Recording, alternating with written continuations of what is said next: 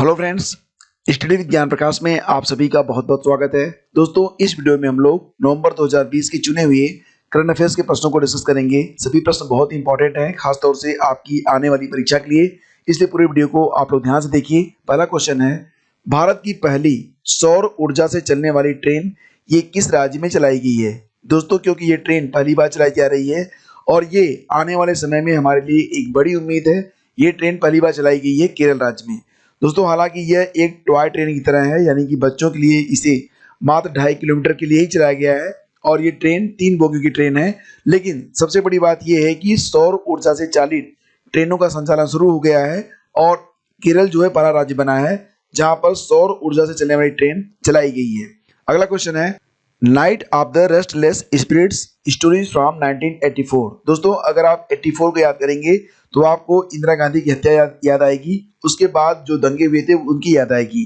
तो ये जो किताब है friends, night of the restless spirits stories from 1984, ये इन्हीं दंगों पर आधारित है। तो इस किताब का नाम जो है वो night of the restless spirits stories from 1984 इसी घटना से प्रेरित होकर रखा गया है। प्रश्न यहाँ पर यह है कि इस किताब को किसने लिखा है? और दोस्तों, इसका सही जवाब है सरबप्रीत सिंह, यानी कि विकल्प बी इसका बिल्कुल करेक्ट है। अगला क्वेश्चन लेते हैं, बीसीसीआई ने किसको महिला T20 चैलेंज का टाइटल प्रायोजक घोषित किया है? महिला T20 चैलेंज का टाइटल प्रायोजक घोषित किया गया था जियो को। ऑप्शन सी इसका बिल्कुल करेक्ट है। फ्रेंड्स, इसका आयोजन 4 से 9 नवंबर शारजा यूएई में हुआ था और इसमें ट्रेल ब्लेजर्स नामक टीम जिसकी कैप्टन है स्मृति मंधाना विजयी रही थी। तो याद रखिएगा, ट्रेल ब्लेजर्स ने जीता था महिला T20 चैलेंज जिसका आयोजन हुआ था शारजा यूएई में। हाल ही में टाइफून गोनी ने किस देश में भारी तबाही मचाई है? फ्रेंड्स, ये क्वेश्चन वेरी वेरी इंपॉर्टेंट होगा और इसका सही जवाब है फिलीपींस। तो दोस्तों, ये जो तूफान था ये फिलीपींस के लुजोन द्वीप में आया था और इसमें लगभग 6300 लोग मारे गए। अगला क्वेश्चन होगा, भारत का पहला टायर पार्क कहां पर खोला जाएगा? तो दोस्तों, ये जो टायर पार्क होगा ये लोगों के मनोरंजन का केंद्र होगा और इसमें जो बेकार टायर हो जाते हैं उसका प्रयोग करके एक अच्छी सी जगह बनाई जाएगी जिसको टायर पार्क कहा जाएगा। दोस्तों, जो भारत का पहला टायर पार्क होगा वो पश्चिम बंगाल में बनेगा, यानी कि इसका जो सही जवाब है वो ऑप्शन बी है, पश्चिम बंगाल। अगला क्वेश्चन है, कौन सा बल्लेबाज हाल ही में T20 क्रिकेट में 1000 छक्के लगाने वाला विश्व का पहला बल्लेबाज बन गया है? तो दोस्तों, ये हैं क्रिस गेल जो कि वेस्ट इंडीज के खिलाड़ी हैं और अभी हाल ही में आईपीएल में किंग्स 11 पंजाब की ओर से राजस्थान रॉयल्स के खिलाफ उन्होंने ये जो स्कोर है इसको अर्जित किया है। तो याद रखिएगा कि क्रिस गेल जो कि वेस्ट इंडीज के हैं उन्होंने T20 क्रिकेट में 1000 छक्के लगाने का विश्व कीर्तिमान स्थापित किया है। अगला क्वेश्चन होगा, भारत के किस टाइगर रिजर्व को यूनेस्को द्वारा बायोस्फीयर रिजर्व का दर्जा दिया गया है? भारत के किस टाइगर रिजर्व को यूनेस्को द्वारा बायोस्फीयर रिजर्व का दर्जा दिया गया है? सही जवाब है पन्ना टाइगर रिजर्व जो कि कहां पर स्थित है? मध्य प्रदेश में। ठीक है, तो ये जरूर याद रखना, ये बहुत ही इंपॉर्टेंट क्वेश्चन है। मालाबार नौसैनिक अभ्यास जो कि हुआ था भारत, अमेरिका, ऑस्ट्रेलिया और जापान के बीच में। तो क्वेश्चन यहाँ पर यह है कि मालाबार नौसैनिक अभ्यास कहां पर किया गया? दोस्तों, मालाबार नौसैनिक अभ्यास ये किया गया था कहां पर? बंगाल की खाड़ी में। बात यहाँ पर हो रही है, तो जो अन्य विकल्प हैं उसको भी देख लेते हैं। हिंद महासागर, तो दोस्तों यहाँ पर जो पूर्वी हिंद महासागर था वहां पर दिसंबर की शुरुआत में 4 और 5 दिसंबर को आपने देखा होगा कि इंडिया और रसिया के बीच एक एक्सरसाइज हुई थी, नेवल एक्सरसाइज, जिसको नाम दिया गया था पैसेज एक्सरसाइज, यानी कि पॉसेक्स। और अभी हाल ही में इंडिया और वियतनाम के बीच भी पासेस एक्सरसाइज हो रहा है कहां पर? दक्षिणी चीन सागर में। फिलहाल मालाबार नौसैनिक अभ्यास ये बंगाल की खाड़ी में आयोजित किया गया था। ठीक है, ये याद रखना। और इसका आयोजन हुआ था 3 से 6 नवंबर के बीच में, जिसकी शुरुआत हुई थी 1992 में। 1992 से मालाबार नौसैनिक अभ्यास किया जा रहा है। अगला क्वेश्चन है, नमामि गंगे परियोजना का ब्रांड एम्बेसडर किसे बनाया गया है? दोस्तों, नमामि गंगे परियोजना का जो ब्रांड एम्बेसडर है वो एक मशहूर कॉमिक कैरेक्टर है। क्या आप बता सकते हैं कि ये कॉमिक कैरेक्टर कौन है? शक्तिमान, नागराज, सुपर कमांडो ध्रुव या फिर चाचा चौधरी? तो फ्रेंड्स, ये हैं चाचा चौधरी जिनको जो है नमामि गंगे परियोजना का ब्रांड एम्बेसडर बनाया गया है। दोस्तों, आपको पता होगा कि चाचा चौधरी की जो कॉमिक्स आती थी वो डायमंड कॉमिक्स में आती थी और कार्टूनिस्ट प्राण इसकी कहानियों को लिखते थे। फिलहाल प्राण अब इस दुनिया में नहीं है, तो चाचा चौधरी सीरीज की जो कॉमिक्स थी वो भी आनी लगभग बन चुकी है, यानी कि नई कॉमिक्स तो नहीं आ रही है। हाल ही में मिशन सागर सेकंड के तहत भारतीय नौसेना का युद्धपोत INS ऐरावत किस देश में 100 टन खाद्य सहायता लेकर गया? सही जवाब है इसका ऑप्शन बी यानी कि सूडान। तो फ्रेंड्स ऑप्शन बी इसका करेक्ट है। और मिशन सागर 2 के तहत INS ऐरावत कोविड-19 महामारी के दौरान सूडान, दक्षिणी सूडान, जिबूती और इरिट्रिया को खाद्य सहायता जो है पहुंचा रहा है। प्राकृतिक आपदाओं और कोविड-19 महामारी की समस्या को दूर करने के लिए भारत सरकार ने मित्र देशों को सहायता प्रदान करने के लिए यह पहल शुरू की है। तो सही जवाब ऑप्शन बी है सूडान। प्लास्टिक लाओ मास्क ले जाओ।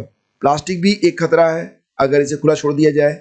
मास्क ये तो बहुत जरूरी है, यानी कि प्लास्टिक के निस्तारण के साथ साथ कोविड-19 से बचाव के लिए ये अभियान चलाया गया है। बताना है आपको कि ये प्लास्टिक लाओ मास्क ले जाओ अभियान किस राज्य में शुरू किया गया था? तो फ्रेंड्स इसका सही जवाब है ऑप्शन सी यानी कि उत्तराखंड में। उत्तराखंड में देहरादून नगर निगम की ये शुरुआत है। तो ऑप्शन सी इसका बिल्कुल करेक्ट है। नवंबर 2020 में कौन सा देश पेरिस जलवायु समझौते से आधिकारिक रूप से बाहर हो गया? तो फ्रेंड्स ये देश है अमेरिका। और आप जानते हैं कि कार्बन उत्सर्जन सबसे अधिक कहां पर होता है? USA में ही होता है। और पेरिस जलवायु समझौता ये हुआ था 2015 में, जिसमें 195 देशों ने पार्टिसिपेट किया था। फिलहाल ये कार्बन उत्सर्जन में कमी लाने के लिए अमेरिका जो है वो सहमत नहीं हुआ है और आधिकारिक रूप से बाहर हो गया है। अगला क्वेश्चन है, व्हाट्सएप ने पेमेंट सेवाओं के लिए कितने सरकारी बैंकों से समझौता किया है? तो फ्रेंड्स यहाँ पर एक बात और भी, यहाँ पर सरकारी नहीं बल्कि यहाँ पर भारतीय बैंक होना चाहिए था, इंडियन बैंक, तो प्लस थोड़ा सा गड़बड़ है। तो कितने भारतीय बैंकों से समझौता किया है? तो फ्रेंड्स इनकी संख्या है 5। कौन कौन सी बैंक है? एक तो आपकी SBI, दूसरा HDFC, तीसरा ICICI, चौथा एक्सिस और पांचवा है जियो पेमेंट्स बैंक के साथ जो है व्हाट्सएप पेमेंट ने समझौता किया है। तो फ्रेंड्स जैसा कि आप लोग जानते हैं गूगल पे, फोन पे और भी तमाम चीजें हैं जिससे आप ऑनलाइन पेमेंट कर सकते हैं। तो उसी प्रकार से व्हाट्सएप ने भी पेमेंट सेवाएं शुरू की है। शुरुआत में ये जो सर्विस है मात्र 2 करोड़ लोगों को ये सेवा जो है दी गई है। बाद में ये सब तक पहुंचेगी, यानी कि अगर आपका जो व्हाट्सएप है उसमें पेमेंट का ऑप्शन नहीं आ रहा है तो बहुत जल्द आपको मिल जाएगा। नवंबर 2020 में इसरो द्वारा PSLV C49 से E0S01 के साथ कुल कितने उपग्रहों को लॉन्च किया गया? क्वेश्चन बहुत ही इंपॉर्टेंट है, ध्यान से देख लीजिएगा कि नवंबर 2020 में इसरो द्वारा PSLV C49 से EOS-01 के साथ कुल कितने उपग्रहों को लॉन्च किया गया था? तो फ्रेंड्स इसकी संख्या थी 10। ठीक है, एक तो भारतीय उपग्रह था, बाकी 9 उपग्रह जो थे वो विदेशी थे जिन्हें भाड़े पर लॉन्च किया गया था। तो दोस्तों याद रखिएगा कि इसमें लिथुआनिया का 1 उपग्रह था, लग्जमबर्ग का 4 और US का 4 उपग्रह था जिसे जो है प्रक्षेपित किया गया था। इसलिए जो प्रक्षेपण था ये आंध्र प्रदेश के श्रीहरिकोटा के सतीश धवन अंतरिक्ष केंद्र से किया गया था। फ्रेंड्स आपको याद दिलाते हैं कि जो लेक्चर आप देख रहे हैं इसकी PDF अगर आप डाउनलोड करना चाहते हैं तो इसके लिए आप हमारे टेलीग्राम चैनल @study with ज्ञान प्रकाश विजिट कर सकते हैं, जहां पर आपको इस PDF को डाउनलोड करने का लिंक मिल जाएगा। आगे बढ़ते हैं। राष्ट्रीय कैंसर जागरूकता दिवस ये कब मनाया जाता है? बहुत ही इंपॉर्टेंट क्वेश्चन फ्रेंड्स। और जैसा कि आप लोग जानते हैं 1 नवंबर होता है वर्ल्ड वीगन डे। ठीक है, वर्ल्ड वीगन, देखो वीगन और वेजिटेरियन डे अगर आप बात करोगे 1 अक्टूबर की, तो 1 अक्टूबर को क्या होता है? वर्ल्ड वेजिटेरियन डे होता है, वर्ल्ड वेजिटेरियन डे। और वर्ल्ड वीगन डे होता है 1 नवंबर को। दोनों में अंतर क्या है? देखो फ्रेंड्स, जो वेजिटेरियन होते हैं, जैसे कि अगर कोई वेजिटेरियन है तो वो क्या करता है कि दूध वगैरह खाता है, ठीक है क्या? लेकिन जो वीगन होते हैं ना, वो कोई भी बाय प्रोडक्ट जो कि जानवरों से प्राप्त हो, दूध, दही या फिर जो कुछ भी है, चमड़े की बेल्ट वगैरह, कुछ भी प्रयोग में ये लोग नहीं लाते हैं, तो उनको जो वीगन कहते हैं। तो 1 नवंबर को होता है वर्ल्ड वीगन डे और 1 अक्टूबर को होता है वर्ल्ड वेजिटेरियन डे। जो थोड़ा सा डिफरेंस है उसको आप समझिएगा। और राष्ट्रीय कैंसर जागरूकता दिवस ये प्रतिवर्ष होता है 7 नवंबर को। तो ऑप्शन सी इसका बिल्कुल करेक्ट है। और ये जो दिवस है ये विश्व स्वास्थ्य संगठन के द्वारा मनाया जाता है, WHO के द्वारा।